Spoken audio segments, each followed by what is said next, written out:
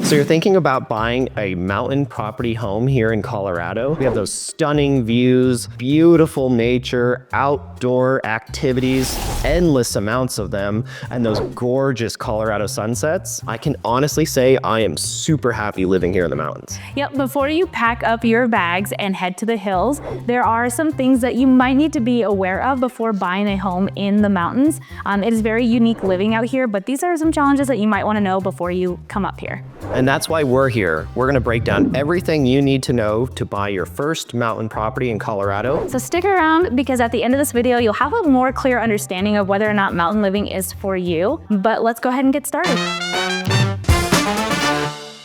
And by the end of this video, if you're thinking about making the move here to Colorado, you're in the right spot. Shayla and I are both Colorado natives. We are both realtors, and we're both mountain area experts, and we can help navigate finding that perfect mountain home for you, whether that's going to be tomorrow or if you're looking, maybe in the summertime or in a year from now. Give us a call. We'd love to help you out. Yep, that's right. Whether you're looking for a cozy cabin in Evergreen, a spacious house in Conifer, or an off-the-grid land in Bailey, you can call and text us anytime. We love what we do, and we love the community that we serve, and we would love to have you join our community. So as you can assume, mountain living is quite different than city life, and today we're gonna break down all the unique challenges that comes with it. So let's start with the good stuff. Nature all around you, that, privacy, beautiful, stunning views. And honestly, you can open your back door and you'll probably have the elk herd just sitting right there in your yard. And then also you have hiking trails just right outside your door. So here in Evergreen, Conifer, Bailey, pretty much anywhere along the Front Range, there is probably a hiking trail within a mile of your house. And I just think that is an incredible thing to have here in the mountains, while you get, seclusion and then just beautiful sunrises and sunsets. So with those perks comes some challenges. Winters up here can be a little harsh with the heavy snow, heavy wind. Wildlife like bears and mountain lions do tend to make an appearance, which can, cause some problems as well. But also maintenance up here in the mountain areas are going to be a little bit more than in the city. So it's important to know what you're diving into before you buy a house out here. So let's talk real estate itself. So mountain properties are quite different than, suburban homes or city houses. For starters, you'll see a large range of options in homes, because a lot of homes are built to the terrain, not off of a cookie cutter style that you're going to see in town. So you'll find beautiful, adorable rustic cabins, or huge mansions, fully equipped mountain homes, or even just fully off the grid homes up here. So we really want you to understand what type of house you're getting, for what access you're getting, and then where that house is going to be in relation to, north or south facing. And if you're considering buying land to build on, there's a couple things that you should consider first. First is finding a water source. Second is finding land that is buildable. And third is making sure that not only is it buildable, but you're able to build it within the city zoning limits, and making sure that's all within regulations. So speaking of zoning, each county here in Colorado has different building requirements or regulations. And if you want to know if you have any restrictions on what type of house you're going to build and which county you're going to do it in, it's really important that you have a competent realtor to help guide you through that building process, because each county is very specific and there's a lot of offsets or easements that you might not be aware of. And it's good to just get all that information ahead of time before you even break ground. And you might want to give somebody a call who's built a home here in the mountains before and has seen a lot of different new builds come up in the area. And there's just a lot of new zoning regulations that are out there that you should be aware of before you build. So let's talk about some factors that go into mountain properties. One of them is going to be road maintenance. Is the road plowed all year round? Is it well maintained, or is it private where you have to plow it, or does it have a steep driveway where you're going to have some trouble coming down in the wintertime? So another big factor when buying here is most mountain homes, the utilities are slightly different than you're going to find in city homes. So a lot of our mountain homes are on wells and septic systems. And we really want you to do a good inspection process of those two systems very thoroughly before you buy, because those can be significant costs onto you if you don't do the proper inspection on these. And those would be a huge cost to you if you decided, hey, I want to buy, a nice $1 million home up here.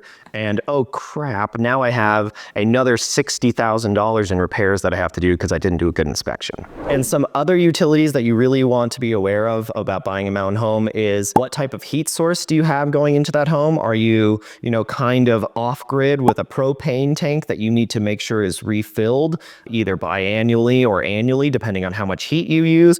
What type of heat system do you have?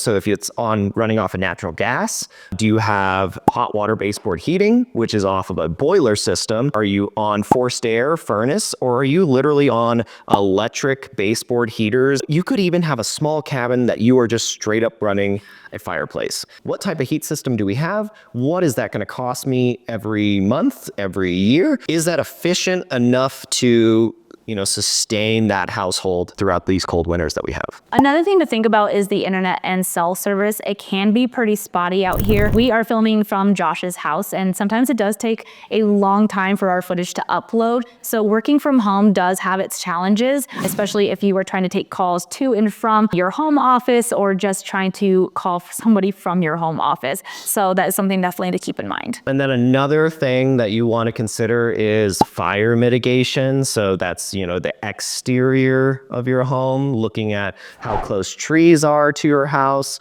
how close trees are to other trees, which sounds kind of funny, but if you've watched any of the news lately, watching all these fires happening, when a fire jumps up into a tree, it's very easy for it to jump across to another tree. So we do a lot of fire mitigation up here in the mountains, and that is on the homeowner themselves. If that's not something you want to do, it can be quite costly to have those trees removed, or at least delimbed 20 feet in the air.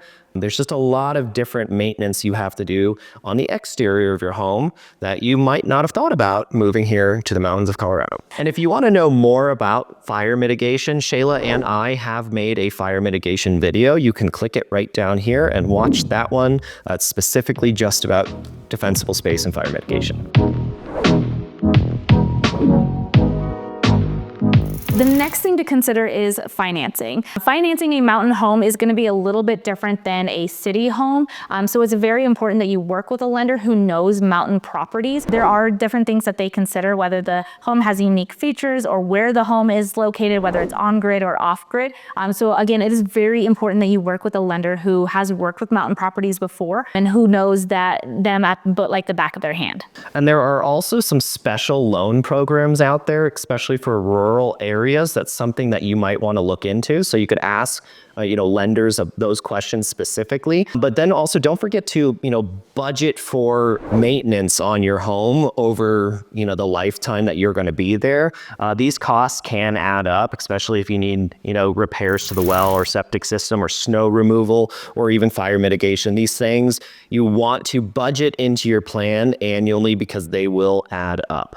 And that's where working with an experienced realtor and lender really does come in. We've seen it all. We would help you navigate the unique situations that mountain homes have to offer. So feel free to reach out if you have any questions about financing or even buying a mountain home. So either reach out, text us, or even comment below. And if you found this video helpful so far, please hit that like button and subscribe to our channel. Shayla and I make videos like this every week. And please let us know, where you're watching this from. Leave a comment down below and let us know where you're at. We love to know our YouTube community, and we want to help you guys out. This is why Shayla and I make these videos. But let's keep moving on. Okay, so everything's a little different up here in the mountains. Even inspections before closing are a little different. So when you're going to buy a mountain home here in Colorado, it's very important to hire an inspector who has worked mountain properties, not just any inspection. So you don't want just a normal home inspection here, because there's a lot of different systems that go on into a mountain home compared to a city home. We're not on city water or city sewer. So you need probably 3 different companies that come out and inspect the house. You want a home inspector to inspect the home itself. So you could use pretty much anyone on that one because they look at the same stuff: roof, life safety, windows, make sure all your appliances work, your foundation's all right. That's just a normal home inspector. Then you need somebody to inspect the well. There's a couple of really good companies out here in the Front Range that are reliable and do this professionally, and they are really good at inspecting wells and servicing wells, and they will give you a good indication on what needs done, what type of well pressure you have, how much yield of water you're getting out, what is in the water, and these can take a long time, these tests, to come out. So you want to plan ahead, have a home inspection, have a well inspector. If you're looking to have that water quality tested, you need at least another week on those. Sometimes they can get it out quicker, but usually that's something you need to plan for. And then you need somebody to make sure your septic system is working well. And these, I would say, are 3 different professions that you'll need 3 different people to come out for. And that can be costly to you, but they're very important to do. Otherwise, it's going to be your cost At the end. Some other things that you might want to consider getting tested if it is something that, might be a concern to you is you can get mold, testing for mold. And that could be hiding in the walls, in the bathrooms. It might be something that you might want to look into. Another thing that we do, suggest to our clients is radon testing. Colorado is known for radon, so making sure you have a radon test going on in your home. And then a scary one that you could test for is if there has been meth in the house. And that is something that is kind of scary, not talked about a lot, but if there is any evidence of that, that might be something that you want to consider testing for. Yeah, and I'm going to jump in with Shayla on these ones. So meth testing sounds super dumb, and you're like, really? Somebody might have smoked meth in the house? And yeah, it actually has happened more times than you expect. And it's something here in the mountains that I would recommend you have tested. With radon having, that being tested, it's very easy to mitigate. And in Colorado, it's 4.0 or lower is considered safe radon levels. And so we just want to identify those things ahead of time. Radon mitigation systems usually run between $1,400 and $2,000. So it's not, a huge cost, but it's a huge peace of mind to make sure that you have all that information out in front of you.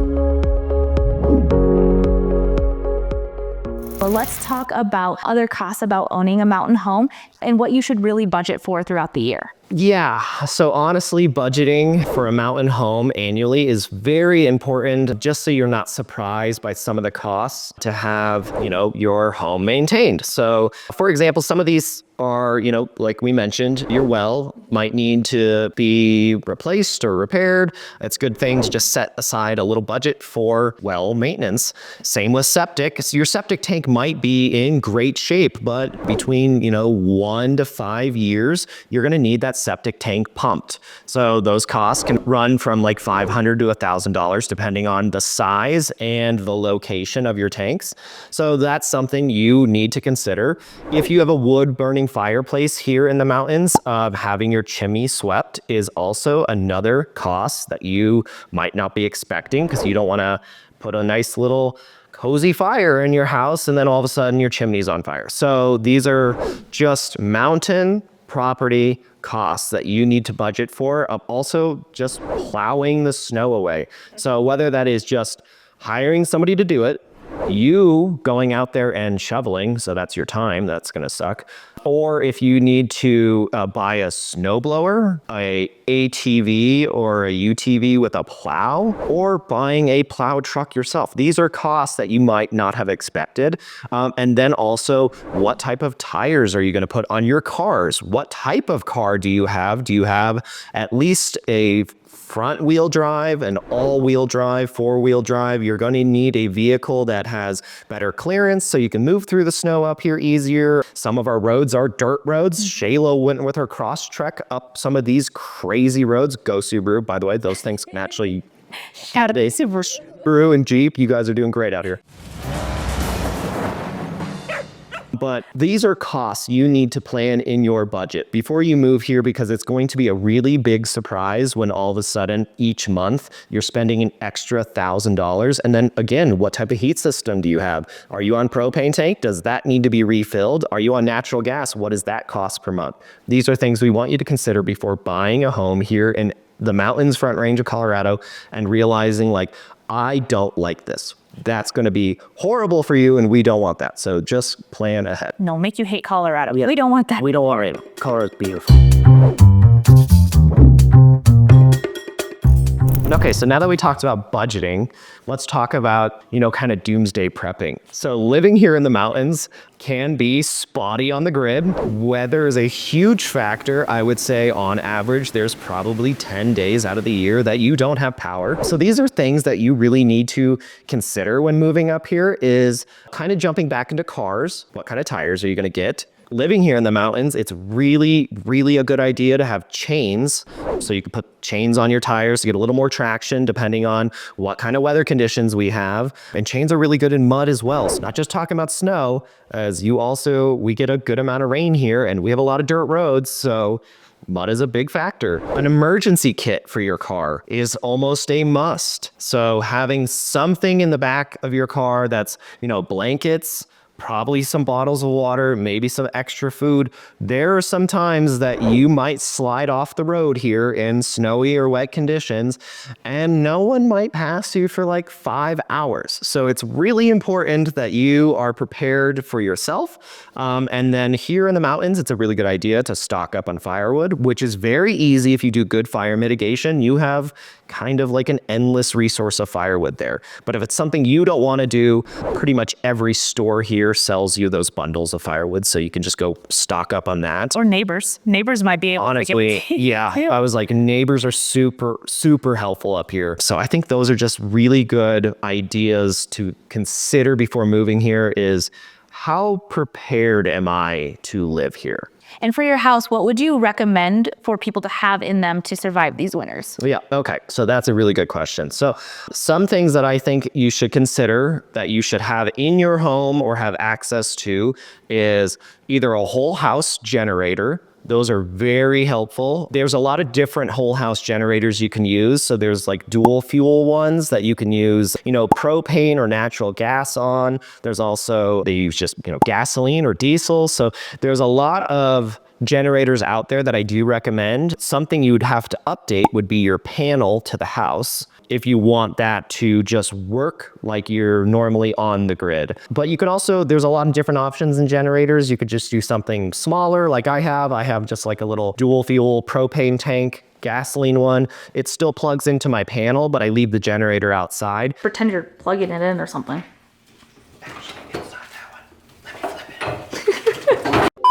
And that one just runs a couple of really important systems in my house. So I don't have all the lights come back on, just my refrigerator stay alive, my microwave stays alive, my well is still activated because our wells are ran off electricity, because remember, you have to pump the water up there. When the electricity shuts off in the mountains, you don't have water. And that's a huge oh no. And then all of your refrigerator shut off. So these are things that you really want to consider is adding to the home if it's not already there. Some other stuff is we run out of electricity like 10 times a year. So making sure you have flashlights in your house or some sort of lanterns, candles. And then how are you going to stay warm? So if it shuts off, what is your option? So like I have a couple of wood burning fireplaces in my home, and I have a natural gas stove. So natural gas won't shut off when the electricity shuts off. So I can still get gas to my stove and turn on, or get a little lighter and light my stove just to keep the house warm. So there's things that I really think you should consider before moving here, because it's a big surprise to people who have never lived in cold and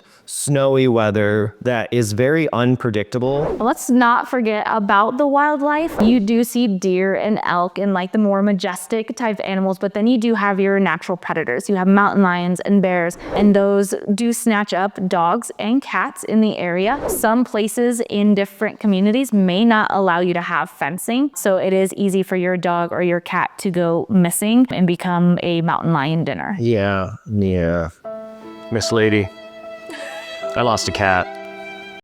Yes, but animals will get snatched up. And the reason we don't have fencing in a lot of the communities is because we want those herds of elk and, the deer to be able to move freely in our area. So there's a lot of HOAs in this area that allow for like little dog runs, but full yard fencing isn't very common. And so if that's something you really want, please give Shayla and I a call, because we can point you into the right community for where those are allowed, and not just have you looking around being like, oh, I can make this work, and it really is not going to work for you. So give us a call. We can help you out. But on the plus side of living here in the Front Range and mountains of Colorado is amazing outdoor activities. So Shayla and I like to call it the convenience factor of living in the Front Range, is you have access to amazing outdoor activities because you're a lot closer. You're almost 40 minutes closer to those ski resorts, those big,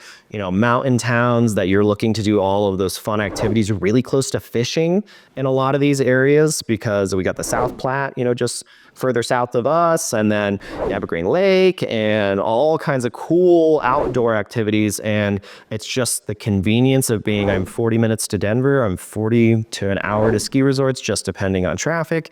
And you get that peace of mind of nature is amazing, fresh air, beautiful sunsets. It's awesome.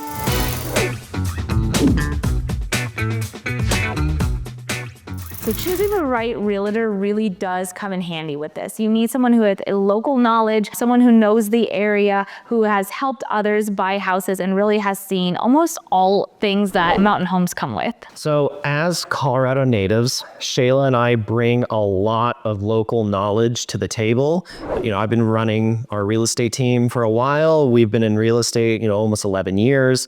There's not something I think I haven't seen at this point. I mean, we've condemned a whole house because it was literally filled with meth. You can't go home smelling like a meth lab. So lots of good knowledge coming our way. We are helpful. We are good at this. And we always put our clients first.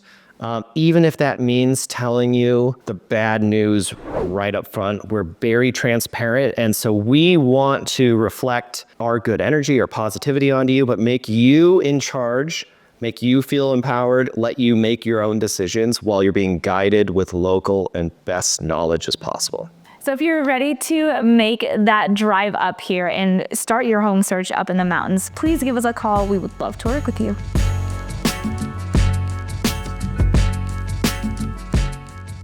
Okay, so hypothetically, let's just say you watch this wonderful video, you identified that Shayla and I are awesome realtors and you wanted to work with us. So let's guide you through buying that home here in the mountains. So Shayla and I will work with you. It usually takes about 30 days to buy a home from going under contract. So let's start a little earlier. You sign with us, you'll like us. We find a home for you, we write an offer, and now we get it under contract. Once it's under contract, the ball is in your court. You get to do your full investigation period on that home with Shayla and I, and we help guide you through those 30 days. It's first earnest money drop off, then you get your title commitment, then we do our inspection, then you have an appraisal, and then we go to final numbers and close. We will make a video about that entire process, but that's just the general idea of it. But Shayla and I will walk side by side with you all the way through that. So after you've closed on your home, Josh and I have come up with a guide for your first 30 days of mountain living. This comes with, how do you transfer your utilities and your internet service and what internet service is best or only internet service that you might have. It also comes with great tips of meeting your neighbors and tight-knit communities in Evergreen, Conifer, or Bailey that you can get into to explore your new community and your new neighborhood. So we have put together a guide that we will send you. That way you are able to enjoy your first 30 days as a new Colorado mountain home owner. And with that guide, we like to add in, specific Facebook groups or social media groups that are local to the area so that you can kind of know what's going on right when you get here. We also add, fun restaurants and shops that we will have been to and like to go to, just so you can go explore your town pretty much as like a tour guide Alpine Peaks team. It's a good little guide. Good relocation guide. Yeah, it's fun. All right, so you've made it all the way here. Just know that patience is key, and we're gonna go over some final tips of mountain living. It does take some time to adjust, so please give yourself some grace and know that it is a learning curve out here. So always have a backup plan, whether it's weather related or, there's power outages or you get snowed in. Like one time we had 7 feet of snow here and we couldn't even get out of our doors. Being prepared makes all the difference. And one last super important tip, mountain living is an adventure. So it does take time to adjust, but it is so worth it. And if you found this video helpful, please don't forget to hit that like button and subscribe to our channel for more Colorado real estate tips. And as always, if you're thinking about buying or selling in Colorado,